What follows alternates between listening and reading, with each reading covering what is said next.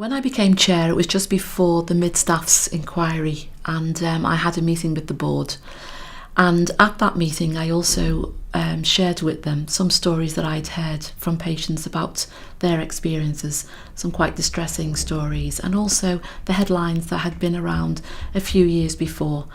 And we together decided that we would try to encourage staff to take personal responsibility, to step in where they saw bad care or poor care, and if they felt unable to do so, a place where they felt safe to come to.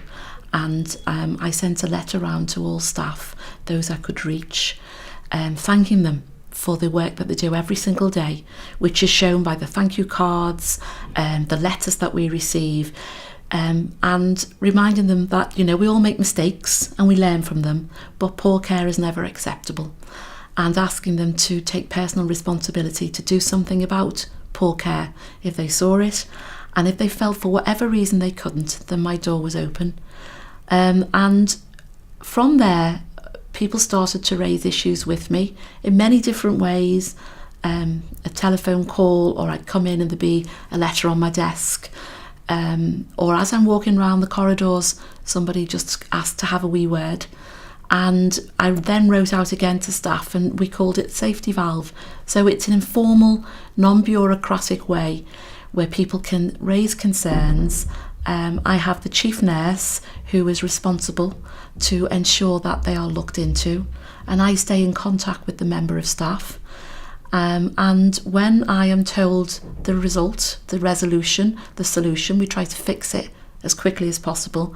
I then keep going back to the member of staff to ensure that what I am being told is actually correct.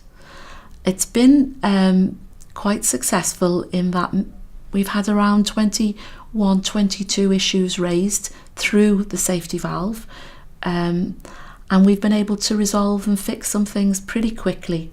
Some have been a bit more complex and taken more time, but I just want to thank every member of staff who's been brave enough to do that, because it is taking a chance.